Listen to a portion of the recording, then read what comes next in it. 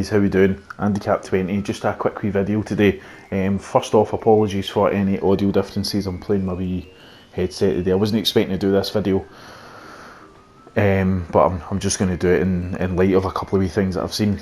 Alright, so today we're going to be talking about spin and or the lack of, if there is spin in the game. It's a bit of a kind of heated debate online at the moment. It's been for a while.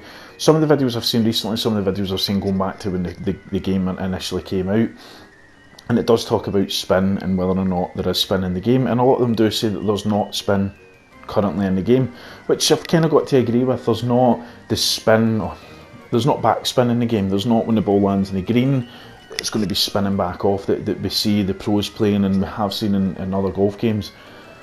But there was just a couple of things I wanted to address, because when I first started playing the game, it wasn't that long ago, but when I first started playing the game, I did notice that a couple of my shots were biting up and or spinning back. Some of them actually spun off the green. There was a video I saw recently on Facebook when a guy actually holed out a bunker shot from using the spin, so he played it behind the hole and it spun off. A lot of people say that can be put down to wind, it can be put down to elevation changes. Yes, they're a factor, right? But when I played my shot, it was a flat green, and I was playing it from a elevated green from a bunker, right? So I wanted to check that. I wanted to find out what the physics were behind that, and if the game has actually implemented these sort of physics, because this is real world physics. The golf ball is actually happening, and I want to find out what it is. So I've created this, which you can see in the background, is kind of slightly Egyptian, not so much looking pyramid thing, right?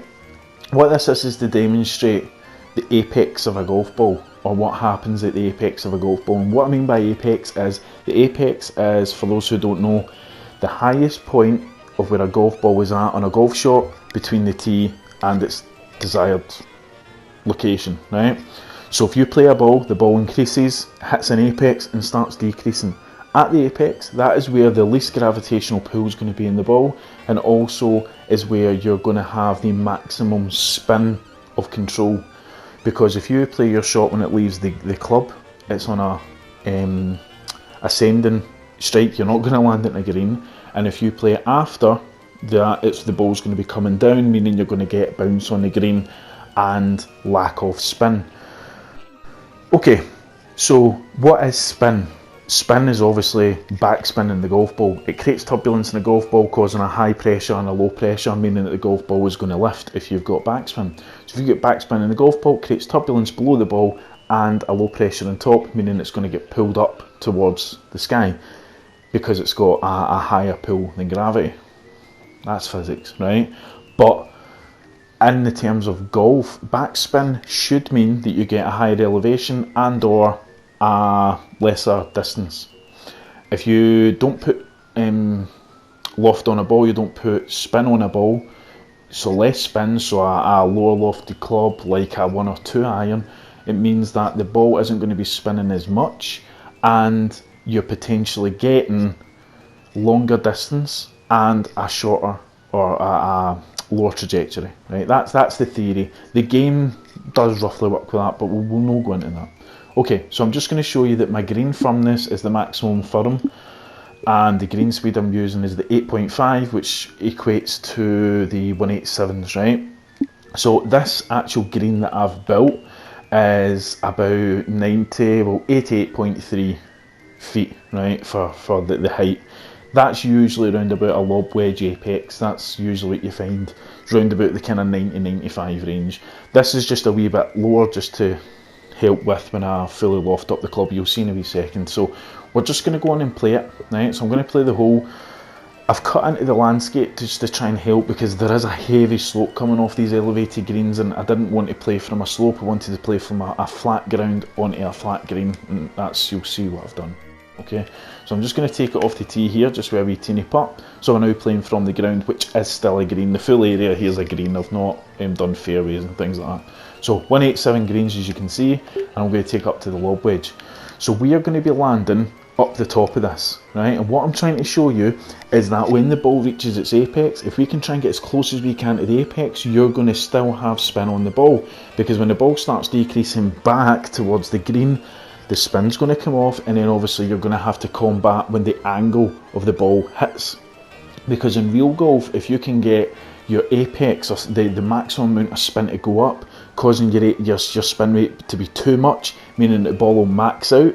It will then start to drop and come down at basically a fully vertical angle. When it hits the green, it then spins off. That's where you see these guys rattling the ball right off the front of the green. That's usually what happens, because the angle of attack is a lot less steep than what you would be with a normal shot. So we're just going to play this completely flat ground. As you can see, it's difficult to tell with the greens because the green grid doesn't come on when I'm putting, but you kind of got to take my word on it that it is a flat green. I've not put slopes or anything on it.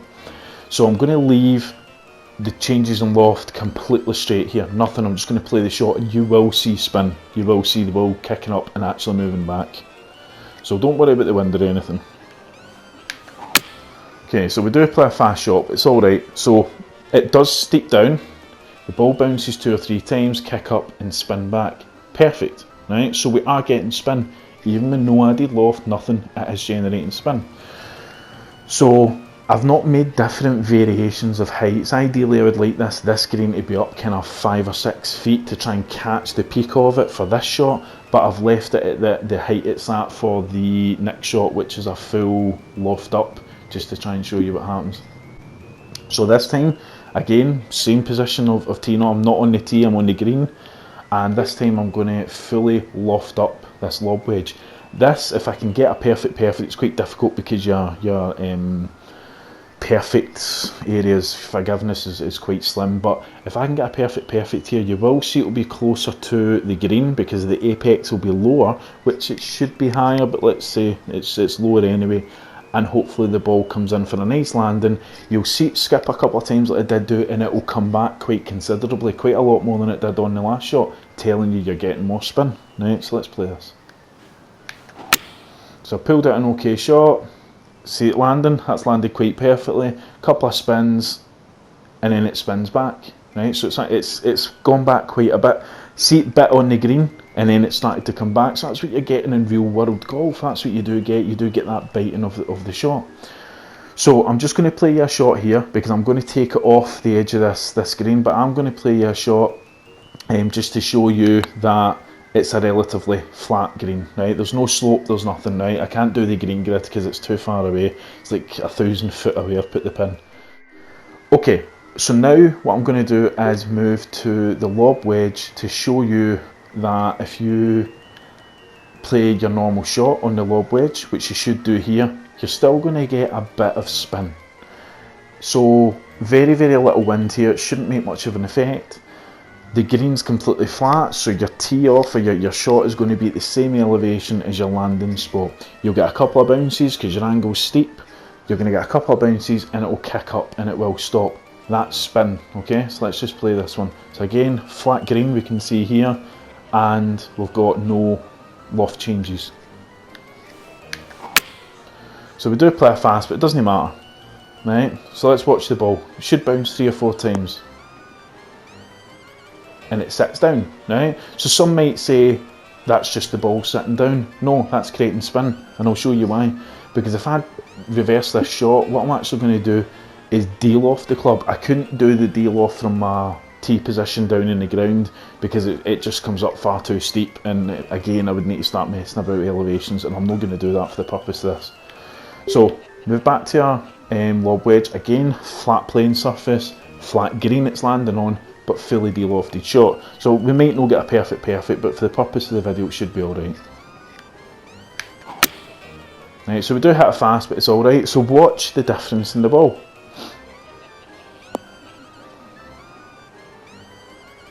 Moves away, right? So it does go away, right? That would mean that you're technically, if you think about snooker, you've put top spin in the ball, but you haven't, you've just not put back spin. That's all it is. That means that the trajectory coming down, bouncing a couple of times and rolling out. So why am I talking about this? Why is this practical? Because there is spin in the game, you just need to know where and how to use it. If you're playing into a green that's a firm green and a fast green, very little wind, and its elevation changes, you can expect to get 1 or 2 bounces in your ball, 3 or 4 foot I would say on a lob wedge, and maybe go up a foot or 2 on each club because of the angles. That ball, if you put maximum loft on it, is going to bounce, stop. Not all the time, but depending on green conditions, bounce, bounce, stop. If you de-loft it to get more distance, you've got to expect that that ball will go bounce, bounce, bounce, roll out, and what it rolls out by, who knows. So bear that in mind in your next shot. If you're playing a bunker shot or a flop shot and the green is elevated about 15 to 20 feet above your golf ball, when you play your shot, that's going to be closer to the apex, so expect that you can then take the ball past the pin and spin it back. Or what you can do is use it to bite the ball I mean. So spin it up, 1, 2, and then it stops, and that is spin.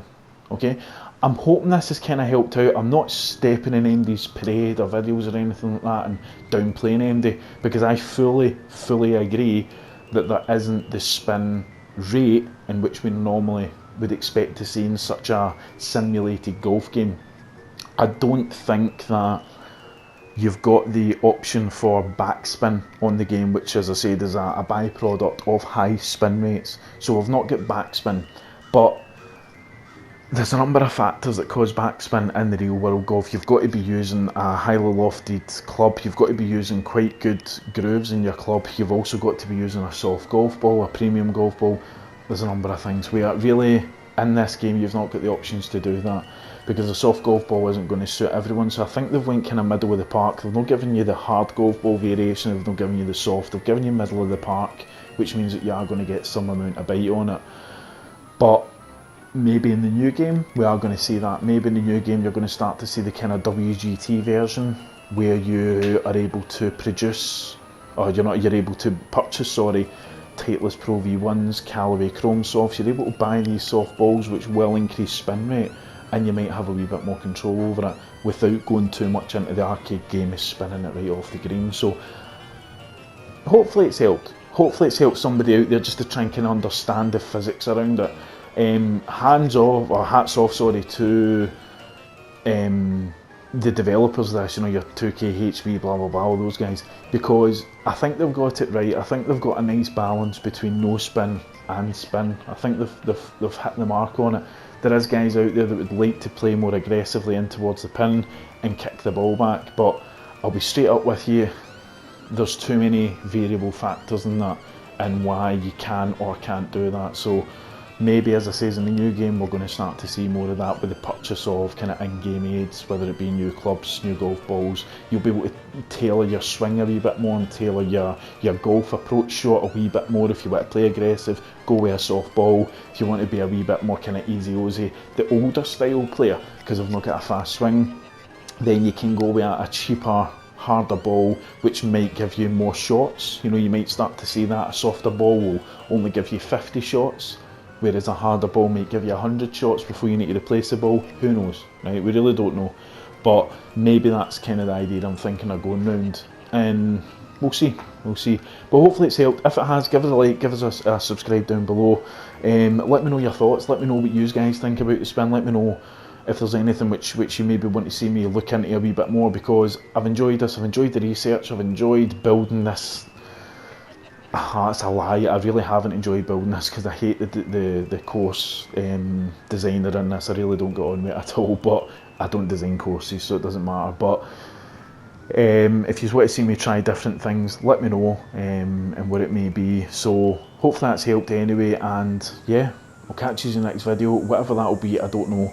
I just know I'm going to be going live tonight, hence the reason for no video today. So it is competition day, so we'll see how that goes. It is 4:30 in the day, so not long left. Make sure you're in it. Anyway, leave it there, and thanks very much again for tuning in, and that's it, all there is to say. Alright, okay, bye.